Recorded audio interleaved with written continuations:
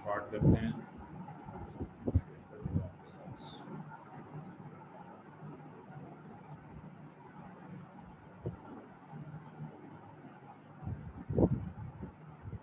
अच्छा जी, आज हम वर्डप्रेस को डिस्कस करेंगे। लास्ट लेक्चर में हमने कहा था कि CMS बेस्ड सिस्टम होते हैं, कंटेंट मैनेजमेंट सिस्टम, और उसमें हमने कहा था कि बहुत सारे सिस्टम हैं। उनमें से एक जो सिस्टम है बहुत ज़्यादा जो पॉपुलर है, सबसे ज़्यादा पॉपुलर है, वो वर्डप्रेस है। और सबसे पहले वर्डप्रेस ही आया था एज ए CMS सिस्टम के तौर पे, और उसके बाद फिर बाकी CMS बेस्ड सिस्टम जो है वो बाद में जनरेट किए गए। तो वर्डप्रेस के हवाले से कुछ बेसिक बातें। Basically WordPress is written in PHP language. ठीक है, PHP आपको पता है एक स्क्रिप्टिंग लैंग्वेज है जो कि हम as a web programming language के तौर पे पढ़ते हैं। तो PHP is a server side programming language just like WordPress. PHP is also an open source, और दोनों ही PHP भी ओपन सोर्स है और वर्डप्रेस भी हमारे पास ओपन सोर्स है। और बैक एंड के ऊपर वर्डप्रेस जो है वो MySQL as a database use करता है to store and retrieve your site information. ठीक हो गया। तो इसका मतलब है कि वर्डप्रेस जो है वो दो चीज़ों का कॉम्बिनेशन है। एक तरफ उसमें PHP लैंग्वेज है और एक तरफ जो है उसमें MySQL है as a database. So WordPress uses the PHP to store and retrieve data from the MySQL database. To retrieve data from the database, WordPress runs SQL queries to dynamically generate the content. तो आप लोगों ने database पढ़ा होगा, उसमें MySQL शायद पढ़ा हो, तो उसमें आपको पता है कि हमें स्ट्रक्चर क्यूरी लैंग्वेज, SQL का मतलब होता है स्ट्रक्चर क्यूरी लैंग्वेज इस्तेमाल करनी पड़ती है। MySQL is basically relational database, जिस तरह Oracle है और हमारे पास माई सीक्वल है। इसी तरीके से ये हमारे पास SQL सर्वर है, और माई सीक्वल भी हमारा RDBMS सिस्टम है। तो ये बेसिक सी चीज़ें हैं। PHP और MySQL का जो है वो कॉम्बिनेशन है। WordPress के features, it is considered to be the most popular content management system due to its characteristics. सबसे ज़्यादा पॉपुलर है CMS सिस्टम के अंदर। वर्डप्रेस के जो सबसे इम्पोर्टेंट है कि you can create dynamic website without any programming और डिज़ाइन नॉलेज। बगैर प्रोग्रामिंग नॉलेज के हम जिसकी जो इसकी खूबसूरती है वो यही है, बगैर प्रोग्रामिंग लैंग्वेज को इस्तेमाल किए हम जो है वो एक डायनामिक वेबसाइट जो वो अपनी बना सकते हैं, उसको अपलोड कर सकते हैं, रन कर सकते हैं। WordPress basically a theme based है, और which provides you an options for various open source as well as a premium design theme which can be integrated easily without any designing knowledge. तो आपने अपनी जो website है उसकी appearance कैसे बनानी है, ये आपकी थीम पे डिपेंड करेगा। बेसिक वर्डप्रेस की जो साइट होगी वो बड़ी सिंपल सी होगी, तो आप उसके ऊपर थीम अप्लाई करेंगे। थीम जो है वो दोनों तरह के होते हैं, वो ओपन सोर्स यानी फ्री भी हैं, और उसके अलावा कुछ जो है वो पेड भी हैं। तो वो आपके ऊपर डिपेंड करता है कि आप कौन सा यूज़ करते हैं। एज ए स्टूडेंट सर सीखने के लिए हम ओपन जो फ्री थीम्स हैं वो हम अप्लाई करेंगे, ताकि हमें उसके लिए कोई पे ना करना पड़े। तो ये हमारे पास जो है उसके फीचर्स आ जाते हैं। फर्दर ये कि जी प्लगइन्स इसमें अवेलेबल हैं। मैंने कल भी बताया था कि प्लगइन्स का मतलब ये होता है कि आप अपने जो वेबसाइट है उसके अंदर फंक्शनैलिटी ऐड करना चाहते हैं, तो आप उसमें प्लगइन्स को ऐड कर लेते हैं। और प्लगइन ऐड करने से आपको फ़ायदा ये होता है कि हमें एडिशनल फंक्शनैलिटी जो वो मिल जाती है। फॉर एग्ज़ाम्पल आप एनालिटिक्स के हवाले से काम करना चाहते हैं, फॉर एग्ज़ाम्पल आप पेमेंट गेटवे सिक्योरिटी इम्प्लीमेंट करना चाहते हैं। ठीक है, तो ये इस हवाले से जो है वो ई-कॉमर्स की वेबसाइट बनाना चाहते हैं, तो इसके हवाले से हमारे पास प्लगइन्स अवेलेबल हैं। हम जस्ट उसको इंस्टॉल करेंगे, अपनी वेबसाइट के ऊपर एक्टिवेट कर देंगे, और वो फंक्शन हमारे पास जो है वो अवेलेबल हो जाएंगे। WordPress sites are SEO based, SEO friendly, search engine optimized, and it means sites built in WordPress can easily be optimized for search engine listing. जी बच्चे, कुछ सवाल है आपका? सलमान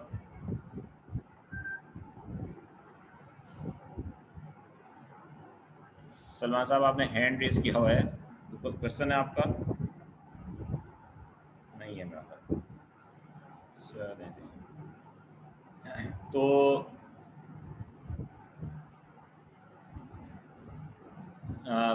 SEO का हमने कल कहा था कि SEO का मतलब ये है कि आपका जो वेबसाइट है, जो आपका कंटेंट है, ब्लॉग है, वो सर्च इंजन की जो रैंकिंग है उसमें वो ऊपर आए, टॉप रैंकिंग में आ जाए। तो जब टॉप रैंकिंग में आएगा तो वो सर्च इंजन के रिजल्ट्स में शुरू में आएगा।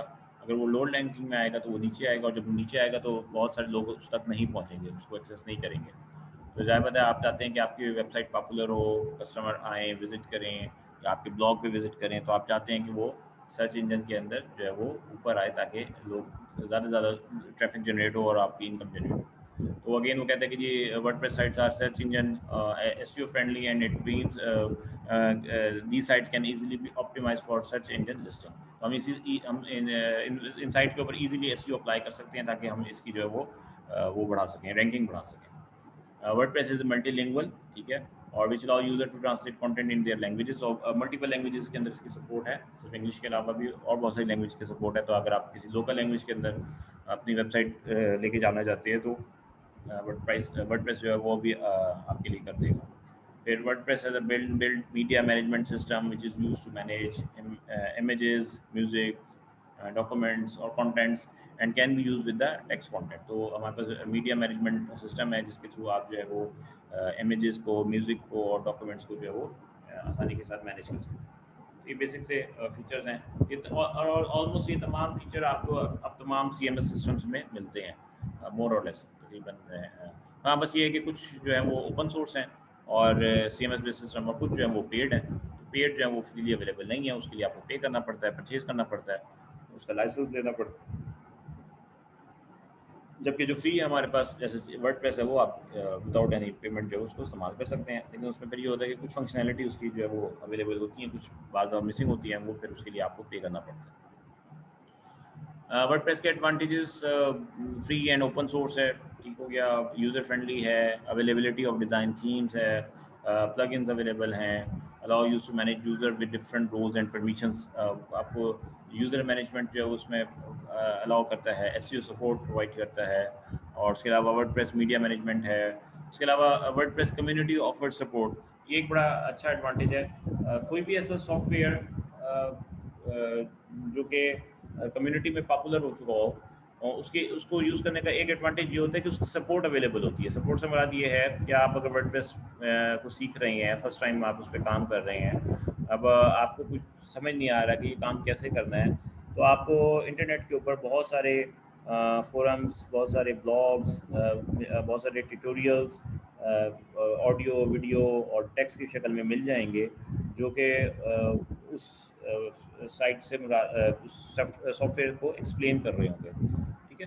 तो उसका फ़ायदा ये होता है कि आपके पास जो है वो चीज़ों को हेल्प जो फाइंड करना है ना, वो हमारे लिए आसान हो जाता है। बहुत सारे ऐसे ग्रुप्स बने हुए हैं इवन फेसबुक के ऊपर, जहाँ पे डिफरेंट किस्म के जो सब्जेक्ट हैं या डिफरेंट किस्म के टूल्स हैं या डिफरेंट सॉफ्टवेयर्स हैं, उनके हवाले से जो डिस्कशन है वो अवेलेबल है। आपने नाम सुना होगा, एक वेबसाइट है stackoverflow.com, ठीक है। तो स्टैक ओवरफ्लो में बेसिकली यही कि आप जो है ना टेक्निकल क्वेश्चन पूछते हैं कंप्यूटर से रिलेटेड। अब वो उसमें तो मतलब कोई डिस्टिंक्शन नहीं है, वो किसी भी लैंग्वेज के हवाले से हो सकता है, जैसे आप पाइथन में कोई कोडिंग कर रहे हैं उसके हवाले से सवाल कर सकते हैं, कोई इंस्टॉलेशन कर रहे हैं, कोई फ्रेमवर्क के मुतालिक पूछना है, किसी पैकेज के मुतालिक पूछना है, तो आप जस्ट अपना क्वेश्चन जो है वो उसको वहाँ पे जाके आप सर्च करते हैं। पहले वो देखता है कि आपने जो क्वेश्चन पूछ रहे हैं क्या इससे रेलिवेंट क्वेश्चन पूछा गया है, तो फिर तो वो आपको उधर डायरेक्ट कर देगा। लेकिन अगर आपका क्वेश्चन बिल्कुल नया है और अभी वहाँ पे नहीं पूछा गया, तो फिर आप उसको पूछ सकते हैं, और उसका फिर फ़ायदा ये होगा कि वो उस क्वेश्चन को जो है जो जिस डोमेन या टैग का होगा, उसके जो एक्सपर्ट होंगे, मतलब आपने कहा कि जी मैं मशीन लर्निंग का एक्सपर्ट हूँ, मैं जावा का एक्सपर्ट हूँ, तो जो जावा के क्वेश्चन होंगे वो आपको शो करवा दिए जाएंगे, तो आप उसको फिर रिस्पॉन्ड कर सकते हैं। अगर आपको पता है उसका आंसर, तो आप उसको रिस्पॉन्ड करते हैं। उसमें आप कोई लिंक भी दे सकते हैं, आप कोई यूट्यूब का लिंक दे सकते हैं, कोई और रिसर्च पेपर का लिंक दे सकते हैं, और आप अपना टेक्स्ट भी लिख सकते हैं, और फिर मल्टीपल लोग उसको आंसर करते हैं, ठीक है। क्योंकि बाज़ दफ़ा ये होता है कि एक प्रॉब्लम है, उसके मल्टीपल सोल्यूशन हो सकते हैं। ये इस तरह भी सॉल्व किया जा सकता है, इस तरह भी किया जा सकता है। तो हर बंदा अपने एक्सपीरियंस के हिसाब से जो है वो उसको रिस्पॉन्ड करता है। तो उसका फ़ायदा ये होता है कि आपको जो है ना जो नया बंदा है, आपको भी वही प्रॉब्लम आ रहा है, आप सर्च करेंगे तो आपको वो क्वेश्चन दिखा दिया जाएगा, और उसके फिर उसके आंसर भी दिखा दिए जाएंगे। तो आप उन आंसर्स को पढ़ें और उन आंसर को इस्तेमाल करके जो है वो अपना प्रॉब्लम जो है वो सॉल्व कर लें। तो इसे हम कहते हैं this is what we call community offer support, ठीक है। तो जब एक सॉफ्टवेयर पॉपुलर हो जाता है तो उसकी एक लार्ज कम्युनिटी बेस होती है, और वो आपको एक बहुत ज़्यादा उसकी जो है ना हेल्प प्रोवाइड कर रही होती है, और वो आपको थोड़ा सा उस पर एफर्ट करना पड़ती है और आपको हेल्प मिल जाती है।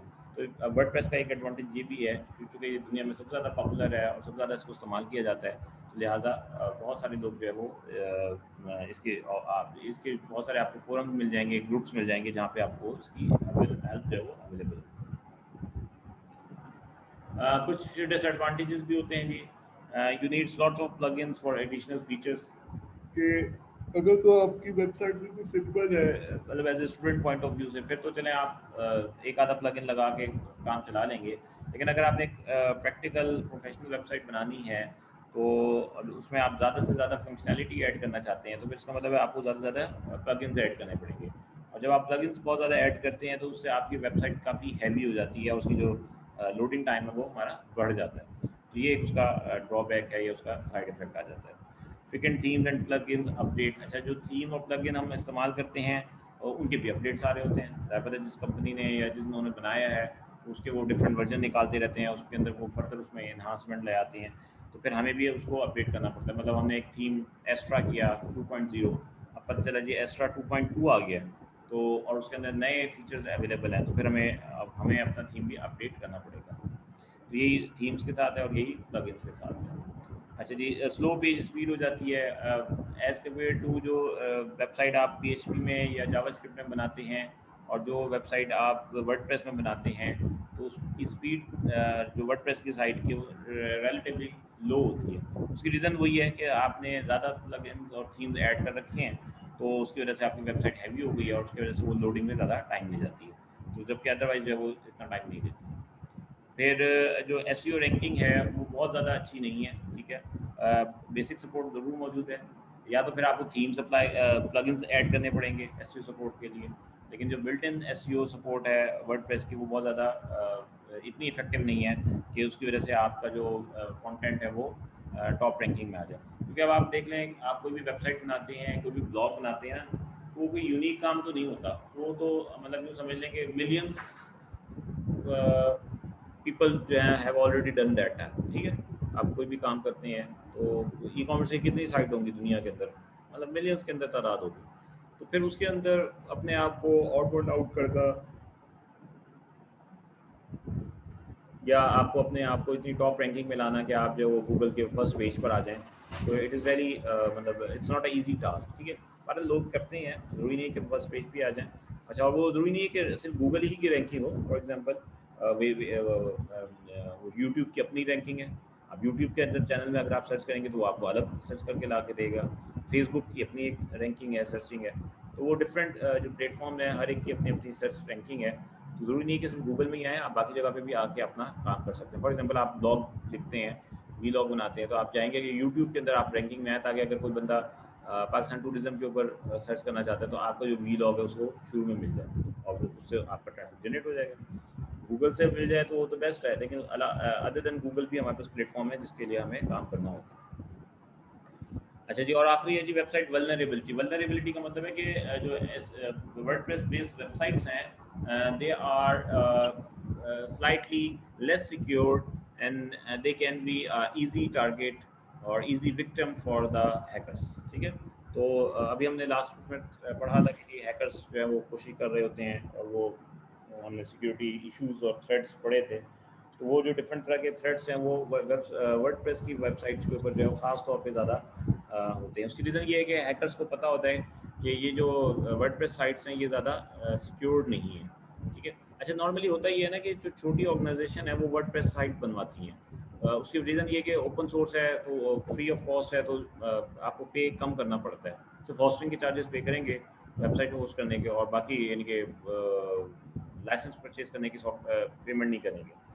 तो फ़ायदा तो ये हो गया कि कम लागत में काम हो गया, लेकिन ड्रॉबैक ये है कि इस बात के चांसेस ज़्यादा हैं कि इस पे अटैक ज़्यादा आएगा हैकर्स का, बॉट्स की शक्ल में, वायरस की शक्ल में, फिशिंग की शक्ल में, क्रेडिट कार्ड फ्रॉड की शक्ल में, बहुत सारे आ सकते हैं, पॉसिबल हैं, तो हमने डिस्कस किए हैं। तो उसमें से फिर वो देखता है कि जी कौन कौन से हैं, लिहाजा वो कोशिश ये करते हैं कि ऐसी साइट्स को पकड़ें जो कि वर्डप्रेस के अंदर बनी हुई हैं और उसको आसानी से हैक कर लेते हैं, उसमें आसानी से वो पेनिट्रेट कर लेते हैं। तो ये सारे हमारे जो है इश्यूज हैं जो डिसएडवांटेज कहलाते हैं वर्डप्रेस की साइट के।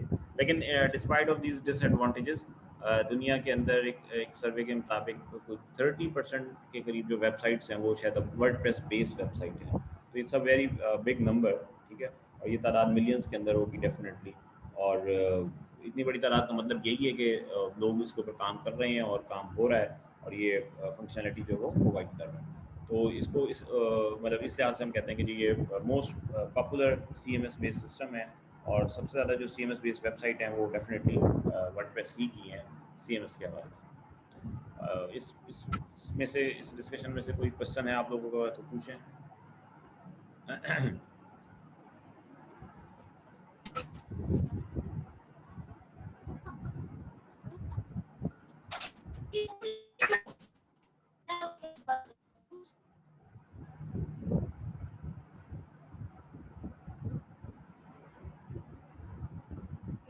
जी क्लास को कोई क्वेश्चन, कोई सवाल आप लोगों का?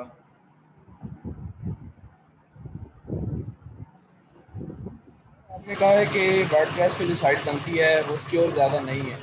फिर सिक्योर अगर एक फर्ज एक बंदा वर्डप्रेस पे साइट बनाता है और सिक्योर मतलब कराता है तो सिक्योर कैसे करे उसको? बेटा सवाल थोड़ा रिपीट करें, आवाज़ आपकी कम आ रही है। आपने सर कहा है कि वर्डप्रेस पे जो साइट बनती है वो ज़्यादा सिक्योर नहीं होती। एक ठीक है। फर्ज आपने कहा 30 और ये भी कहा है कि 30% तकरीबन वेबसाइट जो बनी होती है वर्डप्रेस पे होती है। तो कैसे सिक्योर हो सकती है वर्डप्रेस पे साइट बनी हुई? अच्छा देखें, जब भी हम कोई काम करते हैं ना तो वो कहते हैं ना उसके दोनों पहलू होते हैं, पॉजिटिव साइड और नेगेटिव साइड, ठीक है। और ये फिर हमारा ट्रेड ऑफ होता है कि हमने उसमें से किसको ज़्यादा वेटेज देनी है। अब पॉजिटिव साइड ये है कि वर्डप्रेस इजी है, वर्डप्रेस फ्री ऑफ कॉस्ट है और जल्दी से आसानी से आप इसकी वेबसाइट आप बना लेते हैं या बनवा लेते हैं, ठीक है। अगर आप फ्रीलांसिंग में भी जाएँ तो सस्ते से आप बनवा लेते हैं। $100 में, $50 में वर्डप्रेस की साइट लोग आपको बना देंगे। Okay fine. तो जो अब ये डिपेंड करता है आपके बिजनेस उसके ऊपर या आपकी रिक्वायरमेंट पे। तो जो प्रोफेशनल कंपनीज हैं या इवन ई कॉमर्स के जो प्रोफेशनल बिजनेसेस हैं या बिग ब्रांड्स हैं, वो वर्डप्रेस पे शायद काम नहीं करेंगे, ठीक है। वो इसलिए काम नहीं करेंगे क्योंकि उसकी रीजंस मैंने आपको बता दिए कि वो ज़्यादा प्लगइन्स ऐड करेंगे, वेबसाइट स्लो हो जाएगी, थीम्स को अपडेट करना है, सिक्योरिटी इश्यूज हैं। लेकिन हर कंपनी इतनी बड़ी कंपनी नहीं है। हर कंपनी का जो बिजनेस कैपिटल है वो थोड़ा लिमिटेड है, किसी का कम है, किसी का ज़्यादा है। तो जो कंपनीज या जो बिजनेस छोटे लेवल पे काम कर रहे हैं या medium small to medium scale पे काम कर रहे हैं, वो वर्डप्रेस को प्रेफर करते हैं और वो वर्डप्रेस को इस्तेमाल करके वेबसाइट बना लेते हैं। अच्छा, ज़रूरी नहीं है कि सिर्फ ई कॉमर्स बेस्ड ही वेबसाइट हो, ये भी याद रखिएगा। वर्डप्रेस को यूज़ करके आप बहुत सारे लोग सिर्फ ब्लॉगिंग करते हैं, ब्लॉग्स बनाते हैं। अच्छा, अब ब्लॉग्स जो होते हैं उसको हैक नहीं किया जाता, ठीक है, हो गया। तो उसमें तो कोई क्रेडिट कार्ड इन्फॉर्मेशन नहीं है, कोई ऐसी चीज़ नहीं है। वो मतलब उसमें एक कंटेंट है, आपने गाड़ियों के ऊपर ब्लॉग लिख दिया, किसी ने वीडियो गेम के ऊपर लिख दिया, किसी ने पाकिस्तान के टूरिस्ट पॉइंट्स के ऊपर लिख दिया। तो वो तो सिर्फ एक इन्फॉर्मेशन है, जो आएंगे लोग उसको टेक्स्ट को पढ़ना चाहेंगे पढ़ लेंगे, या पिक्चर्स होंगे वो पिक्चर्स पढ़ लेंगे। तो उसमें उसमें हैकर्स इंटरेस्टेड नहीं होते, क्योंकि ज़ाहिर बात है हैकर तो ऐसी चीज़ में इंटरेस्टेड है ना जहाँ से उसको कोई फ़ायदा हो। तो अच्छा, अब वो जो ब्लॉग है वो भी बहुत बड़ी तादाद है। तो हम जब वर्डप्रेस की बात करते हैं ना कि इसकी साइट्स या तो उसमें वो वेबसाइट्स भी आती हैं और उसके ब्लॉग्स भी आ जाते हैं। फिर रही बात ये कि अगर आपने बना ली है और आप उसको सिक्योर करना चाहते हैं, तो ऑब्वियसली फिर उसके लिए कुछ सिक्योरिटी प्लगइन्स भी मिल जाते हैं हमें, हम फिर वो इंस्टॉल कर लेते हैं। लेकिन अगेन फिर बात वो आ जाती है कि जितने ज़्यादा प्लगइन इंस्टॉल करेंगे तो वो फिर आपकी वेबसाइट की परफॉर्मेंस के ऊपर इम्पैक्ट आ जाएगा। अच्छा, ये हरगिज़ मतलब नहीं है कि वर्डप्रेस की वेबसाइट ओपन टू एक्सेस है, जी कोई भी जाएगा और उसको जस्ट जाके कंटेंट बदल देगा, ऐसा हरगिज़ नहीं है। मतलब उसके लिए भी कुछ ना कुछ एफर्ट रिक्वायर्ड होगी। बहरहाल कुछ ना कुछ मिनिमम सिक्योरिटी तो वो भी प्रोवाइड कर रही होती है। तो ये डिपेंड करता है कि आपकी रिक्वायरमेंट कितनी है, आपका बजट कितना है, आप एक्सपेक्ट कर रहे हैं कि कितना आपका रेवेन्यू जनरेट होगा इस वेबसाइट से, उसके हिसाब से चीज़ों को जो है वो लेके जाया जाता है। फिर एक अप्रोच ये भी होती है कि आप इनिशियली वर्डप्रेस बेस्ड वेबसाइट लेके चलें, जब आपका बिजनेस ग्रो कर जाए तो आप उस वेबसाइट को, डोमेन नेम वही रहेगी लेकिन पीछे उसका स्ट्रक्चर बदल लें, उसको आप वर्डप्रेस से हटा के किसी और मतलब एक प्रोफेशनल जो वेब डेवलपमेंट है उसमें ले चले जाएं। तो वो तो आपके ऊपर डिपेंड करता है। ठीक है सर। अच्छा जी। अच्छा, अब थोड़ा सा हमारा है प्रैक्टिकल काम, ठीक है जी। तो उसके लिए सबसे पहले तो हमें वर्डप्रेस इंस्टॉल करना है। तो वर्डप्रेस इंस्टॉल करने के दो तरीके हो सकते हैं। मतलब पहले तो यूँ समझिए कि जी वर्डप्रेस की जो इंस्टॉलेशन है वो 2 लेवल पे होती है।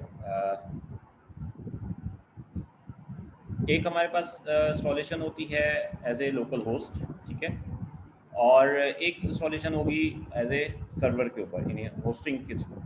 अब चूँकि हम लोग होस्टिंग वाला काम तो नहीं करेंगे, हम इसको इंस्टॉल करेंगे लोकल होस्ट के ऊपर, ठीक है? एज़ अपने लोकल कंप्यूटर के ऊपर। तो उसका फ़ायदा ये होगा कि हमें किसी किस्म की पेमेंट नहीं करनी पड़ेगी और हमारा जो है वो एक फुल फंक्शनल लोकल होस्ट के ऊपर वेबसाइट जो है वो आपकी रेडी हो जाएगी, एक्टिवेट हो जाएगी। अच्छा, दूसरी बात ये है कि लोकल होस्ट के ऊपर भी आपने अगर इंस्टॉल करना है, तो उसमें फिर 2 तरीके हैं इसको इंस्टॉल करने के। एक तरीका तो ये है कि आप जो है वो वर्डप्रेस को अलग से वर्डप्रेस की वेबसाइट है, मैं आपको बता देता हूँ, wordpress.org के नाम से, ठीक है? तो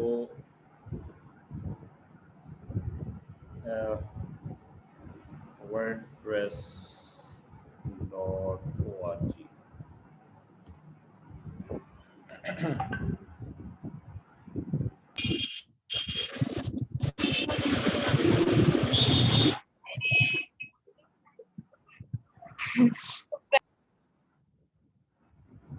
अच्छा जी, उसके अलावा एक वेबसाइट है, वो है wordpress.com के नाम से। अच्छा, आई वाज़ एक्सपेक्टिंग कि मेरे पास ये स्लाइड्स बनी हुई हैं, लेकिन मुझे याद नहीं आ रहा कि ये स्लाइड्स कहाँ बनी हुई हैं। उसमें ये चीज़ें मैंने अरेंज की थी, लेकिन वो सब मुझे मिल नहीं रही। खैर फ़ारग, तो मतलब ये 2 वेबसाइट हैं, wordpress.org एंड wordpress.com, ठीक है?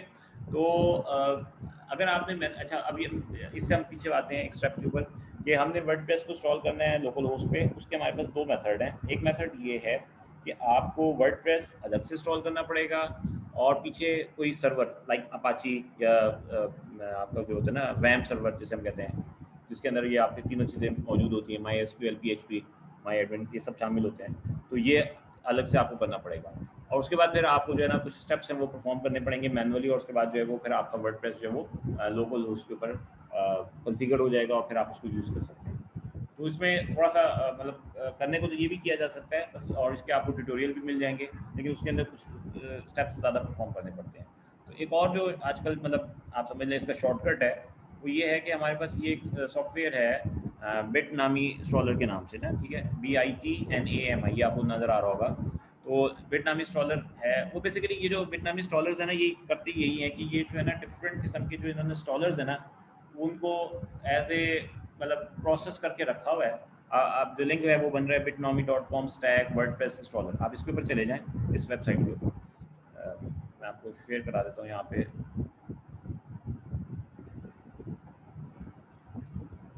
कॉपी, और हम इसको यहाँ पे डाल देते हैं। सॉरी,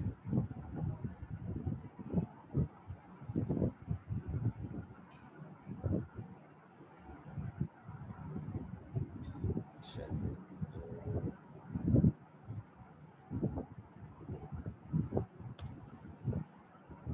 अल्लाह अकबर।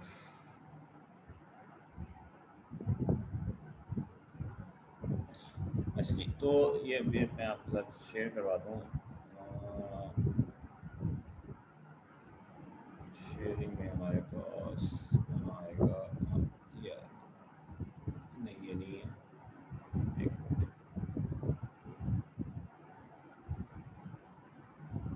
हाँ, ये ठीक है। अच्छा, ये अब आपके साथ वेबसाइट शेयर हो रही होगी bitnami.com स्टैक वर्डप्रेस इंस्टॉलर के नाम से, ठीक है? तो आप यहाँ पे जाएँ और यहाँ पे जाने के बाद जो है और आप इसको जो है वो इंस्टॉल कर सकते हैं। अच्छा, इसके फ़ायदा क्या होगा कि इसका फ़ायदा ये होगा कि ये यहाँ पे आ गया download installer for Bitnami WordPress stack, ठीक है जी? फॉर विंडोज़, फॉर ओएस और फॉर लिनक्स। तो आप इसमें चले जाएँ और डाउनलोड फॉर विंडोज़ में चले जाएँ और उसके बाद फिर आप इसको साइन इन करें और साइन इन करने के बाद या सिंपल आप डाउनलोड के ऊपर चले जाएँ, तो वो आपको ये इंस्टॉलर जो है वो दे देगा और आप इसको रन इंस्टॉल कर लें। इंस्टॉल करने के बाद जो है आप इसको रन करें, तो वो आपका जो है वो इसमें फ़ायदा ये होगा कि आपका वर्डप्रेस भी हो जाएगा और पीछे जो आपका ज़ैम्प सर्वर है वो भी इसमें साथ-साथ जो है वो इंस्टॉल हो जाएगा। तो आपको अलग से चीज़ों को इंस्टॉल करने की ज़रूरत नहीं पड़ेगी। अच्छा, जब आप ये इंस्टॉल कर लेंगे, उसके बाद फिर हम अगला स्टेप की तरफ मूव करेंगे और वो होगा हमारा इसको यानी कि उसको कॉन्फ़िगर करके करना, और उसके बाद फिर हमने उसमें बेसिक जो वेबसाइट है वो हमने उसको बनानी शुरू कर दी। आप लोग जो है वो नेक्स्ट लेक्चर में ये करेंगे कि अच्छा, मैं इसका आपको लिंक भेज दूँगा, ठीक है? और मैं आपको जो है वो ग्रुप के ऊपर कुछ 2-3 ट्यूटोरियल्स हैं, वीडियो ट्यूटोरियल्स, जिसके अंदर ये बताया गया है कि आप बिटनैमी के थ्रू कैसे इसको इंस्टॉल करेंगे। तो जस्ट आपने वो वीडियो देखनी है, उस वेबसाइट पे जाना है, उसको इंस्टॉल करना है और उसको वीडियो के स्टेप्स को फॉलो करना है, और आपके पास जो है वो वर्डप्रेस जो है वो वर्किंग कंडीशन में आ जाएगा, ठीक है? तो ये मैं आज आपके ग्रुप पे शेयर कर देता हूँ, और आपका काम ये होगा कि परसों हमारा दोबारा जब लेक्चर होगा तो उससे पहले आप लोग जो है वो इसको इंस्टॉल करके देख लें कि जी हाँ हमारे पास इंस्टॉल हो गया है। परसों फिर हम वर्डप्रेस के अंदर बैठ के उसकी स्क्रीन शेयर करके उसको साथ-साथ जो है वो रन करने की कोशिश करेंगे। ठीक हो गया? इसमें कोई कन्फ्यूजन है, कोई खास कोई सवाल है तो आप पूछ सकते हैं। सर आप ये करके दिखा नहीं देते या वो ट्यूटोरियल काफ़ी होंगे हमारे लिए? जी। सर वो जो ट्यूटोरियल्स आप कह रहे हैं वो काफ़ी होंगे, या आप करके दिखा देते ये जो आप कह रहे हैं इंस्टॉल करना है या बाकी चीज़ें? ट्यूटोरियल बहुत सिंपल है, बस उस ट्यूटोरियल को आप स्टेप बाय स्टेप लेके चलते जाएँ। बेसिकली यूट्यूब के हैं वो वीडियोज़ हैं, छोटी-छोटी 2 या 3 वीडियोज़ हैं जो हैं ही बिटनामी के लिए, ठीक है? तो वो मैं आपको सेंड कर देता हूँ। अगर आपसे नहीं हुआ फिर मुझे बता दीजिएगा, फिर हम एक लेक्चर में बैठ के उसको सॉल्व भी कर लेंगे, लेकिन मेरा नहीं ख्याल कि वो इतना आपके लिए मुश्किल होगा, आप उसको मैनेज कर लेंगे। ठीक हो गया?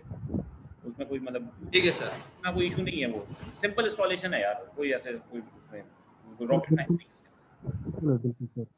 जी सर। ठीक है सर। ठीक है जी, फिलहाल आज के लिए इतना ही है। मैं आपके साथ ग्रुप में वो शेयर कर देता हूँ, और आप लोग जो है ना आज अपने सिस्टम्स के ऊपर इसको कोशिश करेंगे वो इंस्टॉल कर लें, और अगर नहीं हुआ तो फिर आप जो है वो ग्रुप के ऊपर मुझे क्यूरी दे दीजिएगा कि सर वो हमें नहीं हुआ, तो फिर मैं अगले लेक्चर में ये इंस्टॉलेशन जो है ना वो कर लेंगे।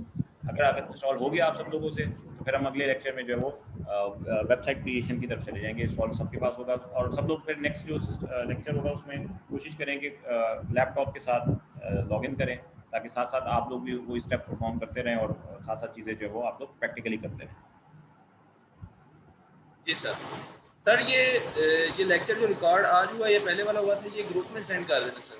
हाँ, मैंने वो सेंड नहीं किए थे कल, लास्ट 3-4 क्लासों के। मैं आज कोशिश करूँगा कि सर स्लाइड्स भी सेंड कर दें व्हाट्सएप पे।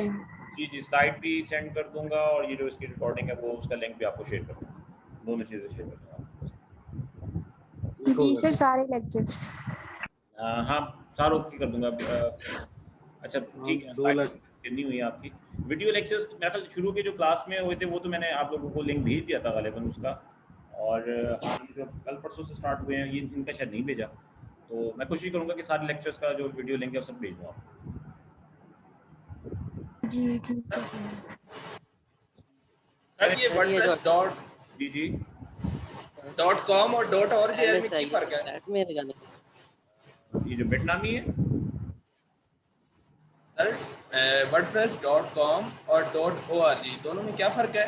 अच्छा, दोनों में फ़र्क है। अच्छा, दोनों में डिफ़रेंस ये है कि आप वैसे तो दोनों से इस्तेमाल कर सकते हैं। जो wordpress.com है ना, इसके अंदर होस्टिंग जो है वो अवेलेबल होती है। होस्टिंग उसके साथ शामिल होती है, लिहाज़ा उसको आपको पे करना पड़ता है। अदरवाइज़ अगर आप चूँकि लोकल होस्ट पे करना चाहते हैं तो आप .org पे जाएँगे, ठीक है? और .org पे जाके आप वहाँ से जो है वो अपना जो है वो वर्डप्रेस जो है उसको इंस्टॉल कर लेंगे मैनुअली, और उसके साथ-साथ जो है वो अपना जो कोई सर्वर है हमारा, ज़ैम्प सर्वर है, वैम्प सर्वर है, वो डाउनलोड कर लेंगे, और फिर उसके बाद जो है उन दोनों को हम आपस में कॉन्फ़िगर करेंगे, तो फिर हम उसको एज़ ए लोकल होस्ट के तौर पे इस्तेमाल कर लेंगे। .com का मतलब ये है कि आप जो है वो एज़ ए एक डोमेन आपने परचेज़ की हुई है और आप होस्टिंग करना चाहते हैं, तो वो जब आप इंस्टॉल करेंगे तो वो आपसे फिर पूछेगा कि आपकी डोमेन नेम क्या है, आपका एड्रेस क्या है, और उसकी इन्फॉर्मेशन आपसे लेगा। तो चूँकि वो हमने तो करना ही लोकल होस्ट पे है, लिहाज़ा हम .org को इस्तेमाल करेंगे। ठीक है सर। हाँ, ये हमारे पास हाँ, ये wordpress.org वाली है, और यहाँ से आप जो है वो इसको करना चाहते हैं। सर ये .com की डोमेन सर में परचेज करनी पड़ती है ऐसे? जी, वो तो आपको परचेज़ करनी पड़ेगी ना। अभी जो हम बात कर रहे हैं वो और होगा। .org सर ये फ्री होती है? जी। और सर ये .org जो है सर ये फ्री होती है ऐसे? नहीं, ORG से आप वर्डप्रेस डाउनलोड कर लेंगे फ्री, ठीक है? और लोकल होस्ट के लिए, ये काम कर रहे हैं हम लोकल होस्ट। लोकल होस्ट का मतलब ये है कि हमारा जो कंप्यूटर सिस्टम है वही हमारा सर्वर के तौर पे काम करेगा। ठीक हो गया। इसके लिए हमें कोई वेब होस्टिंग की ज़रूरत नहीं है, हमें कोई पे करने की ज़रूरत नहीं है। ठीक हो गया। तो ORG के ठीक लिए हो गया। ORG से फ़ायदा ये है कि आप डाउनलोड करें वर्डप्रेस को और फिर आप जो है वो अपना सर्वर इंस्टॉल करें और इन दोनों को आपस में कॉन्फ़िगर करें और ये जो आपका वर्डप्रेस है वो लोकल होस्ट के लिए तैयार हो जाएगा और अपने लोकल होस्ट पे वर्डप्रेस की वेबसाइट आप रन कर दें। तो ये फ़ायदा है। जबकि .com के अंदर जो है वो आपसे एक्सपेक्ट करता है कि आपने कोई होस्टिंग परचेज़ की हुई है या डोमेन आपने जो है ना उसके डोमेन नेम परचेज़ किया हुआ है। तो चूँकि हमने डोमेन नेम परचेज़ नहीं किया तो ज़्यादा हम .com को इस्तेमाल नहीं करेंगे, बल्कि हम .org को इस्तेमाल करेंगे। लेकिन हम तीसरा काम कर रहे हैं, ये तो 2 काम है ना, .com .org। हम किस पे जा रहे हैं? हम बिटनामी पे जा रहे हैं। हमें बिटनामी में ये फ़ायदा है कि हमें ये दोनों चीज़ें अलग-अलग नहीं करनी, वरना उसको अलग-अलग करना पड़ता है, फिर उसमें फ़ोल्डर क्रिएट करना पड़ता है, उसके अंदर फिर उसको पाथ देना पड़ता है, उसकी सेटिंग करनी पड़ती है, अगर आप ORG से करेंगे। सर तो हम सर बिटनामी वो से चीज सर बिटनामी ये में फ़ायदा ये है कि वो सर, इंस्टॉल में सब चीज़ें बिल्ट इन होती हैं, जस्ट इंस्टॉल करें और वो आपके पास जो है वो एक कंप्लीट वर्किंग कंडीशन में आ जाएगा। ठीक हो गया। सर ये जो हमेशा सर ये डोमेन जो है .com ही क्यों होता है? मतलब कोई और नाम हम डॉट के आगे और क्यों नहीं लगा सकते? जैसे फॉर एग्जांपल सर रिसेंटली मैंने सुना है कि जैसे .com होता था, ये अभी जो है इन फ्यूचर .crypto आ रहा है। तो ये सर क्या है? ये ट्रू है क्या? आवाज़ ना थोड़ी बहुत कम आई है, तो दोबारा पूछेगा आपने क्या है? सर मैंने कहा जैसे हम डोमेन कोई परचेज करते हैं तो डोमेन हमेशा .com पे ही क्यों होती है? .com ही क्यों होती है? ये रिसेंटली आपने .com ही परचेज करनी है।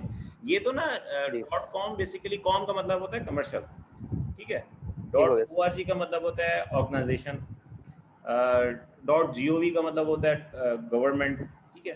तो ये उन्होंने ना ठीक हो मुख्तलिफ कैटेगरीज बना रखी हैं जो कि एक यूँ समझ लें कि ये बताती है कि जो ये वेबसाइट है ये जिस कंपनी की है या जिस इदारे की है वो इदारा क्या है। अब गवर्नमेंट के कोई इदारे होंगे तो वो उनकी वेबसाइट .gov के साथ होगी। ठीक हो गया। जैसे कंट्री नेम होता ठीक है हो ना गया .pk है, .uk है, .us है, तो जी वो हमें कंट्री स्पेसिफाई कर रहा होता है। तो इसी तरीके से ये जो .com है ये कमर्शियल है। अब जो आपकी मतलब कोई बिजनेस एंटिटी है वो कमर्शियल है तो वो .com के ऊपर होना चाहिए, ठीक है। ठीक हो ORG गया उनके लिए होती है जो नॉन प्रॉफिट ऑर्गेनाइजेशन होती है, ठीक है। मतलब आपने एक कम्युनिटी बना रखी है, वो कोई उसको कोई चीज़ें सेल नहीं कर रहे जैसे इन्फॉर्मेशन के लिए, तो आप .org परचेज कर लें। तो ये तो जब आप web hosting web domain name purchase करते हैं तो पहले तो हमें ये देखना पड़ता है कि डोमेन नेम अवेलेबल है या नहीं है। अब अगर आप कहें जी मुझे नहीं है google.com दे दो तो google.com तो अवेलेबल नहीं है, या आप कहते हैं जी मुझे बिल्कुल nadra.gov.pk दे दो तो वो भी अवेलेबल नहीं है। तो पहले तो आपकी अवेलेबिलिटी चेक की जाती है, फिर सर वो उसके नहीं उसका नाम जो है वो नादरा है या वो ABC है या XYZ है, वट जो भी आप माई बावलपुर है वट उसके बाद फिर उसकी जो कैटेगरी है वो आप सेलेक्ट करते हैं और उसके रेट्स होते हैं। नॉर्मली जी .com के बिल्कुल चार्जेस ज़्यादा होते हैं, ठीक है। तो वो कमर्शियल होते ठीक हैं। होगी सर। और .org का सर मतलब जैसे सर ये google.com है सर, ये भी तो अवेलेबल तो है ना सर, बट ये मतलब ये एक्सपेंसिव बहुत ज्यादा है। ये हम नहीं परचेज कर सकते, मतलब कि मिलियंस में इसको अगर कोई गूगल कंपनी डॉट कॉम दूसरी कैसे लेती है तो अवेलेबल है? मिलियंस में गूगल डॉट बिकेगा। कॉम तो यूज़ हो रही है। देखिए जी वेबसाइट का नाम पूरी दुनिया में यूनिक होता है, ठीक हो गया। तो जी गूगल सर डॉट कॉम जो है वो अवेलेबल नहीं है, क्योंकि गूगल डॉट कॉम तो यूज़ हो रही है, याहू डॉट कॉम यूज़ हो रही है, ये अवेलेबल नहीं है। आप अगर चाहें कि मैं याहू डॉट कॉम परचेज़ करूँ, आप उस पे जाएँगे ना, मतलब जैसे GoDaddy.com है, वो है जो आपको डोमेन नेम सर्च करके देता है। आप वहाँ पे जाके लिखें कि जी मुझे ये डोमेन नेम चाहिए, ठीक है। आपने कहा जी मेरा डोमेन नेम है bahawalpur.com। अब अगर वो आप उसपे लिखें bahawalpur.com, अब वो चेक करेगा, सर्च करेगा और बताएगा कि वेदर दिस इज़ अवेलेबल और नॉट। अवेलेबल का मतलब है कि ठीक हो गया अभी तक किसी ने इसको रजिस्टर नहीं करवाया, तो इसका मतलब ये अवेलेबल है। लेकिन अगर किसी ने रजिस्टर करवा दिया तो फिर ये अवेलेबल नहीं है। तो google.com, yahoo.com ये तो अवेलेबल नहीं है, या और बहुत सारी हैं, ठीक हो गया मतलब मिलियंस ऑफ वेबसाइट हैं। लेकिन अगर आप कहें जी माई google.com या उसामा google.com या अली google.com, वो आपको मिल जाएगी, ठीक हो गया। तो वो पहले तो ये चेक किया जाता है कि वो नेम अवेलेबल है या नहीं है। अगर अवेलेबल है तो फिर आप उसको परचेज कैटेगरीज होती हैं कि वो पूरा नाम कैसा बनेगा, किस कैटेगरी का बनेगा, तो फिर उसके हिसाब से प्राइसिंग होती है, और प्राइसिंग पर ईयर के हिसाब से होती है, यानी हर साल आपको उतनी पेमेंट करना पड़ती है। मिनिमम वो $5-10 ठीक से हो शुरू गया करते हैं और फिर थाउजेंड्स ऑफ डॉलर में भी चली जाती है, और बहुत ज़्यादा जो एक्सपेंसिव है वो और ज़्यादा एक्सपेंसिव हो जाती है। वो उस बात पर डिपेंड करता है। पहले वो अवेलेबिलिटी को चेक किया जाता है, और अवेलेबिलिटी का मतलब ये है कि उस नाम की कोई वेबसाइट अच्छा ये भी जरूरी नहीं है कि वेबसाइट चल रही है, ऐसा भी हो सकता है आपने bahawalpur.com परचेज कर लिया और पे कर लिया और उसके बाद रख लिया, आपने वेबसाइट नहीं बनाई। अब कोई और बंदा अगर आकर सही कहे है। कि जी bahawalpur.com, तो वो कहते हैं नहीं bahawalpur.com ऑलरेडी रजिस्टर्ड हो चुकी है, लिहाजा आपको ठीक। bahawalpur.com नहीं मिलेगी। लोग इसमें भी पैसा कमाते हैं, वो ये करते तो हैं। सर हम बेच भी तो सकते हैं ना, जो नाम हमने ऑलरेडी मतलब कि हाँ, ले रखा होगा यही वो हम बात ज्यादा आपको कह रहा था कि पैसों में बेच आप सकते जो है हैं। ना कॉमन नेम है ना, आप कॉमन नेम का डोमेन नेम परचेज कर लें, रजिस्टर कर लें अपने नाम, उसके बाद उसको बेच दें।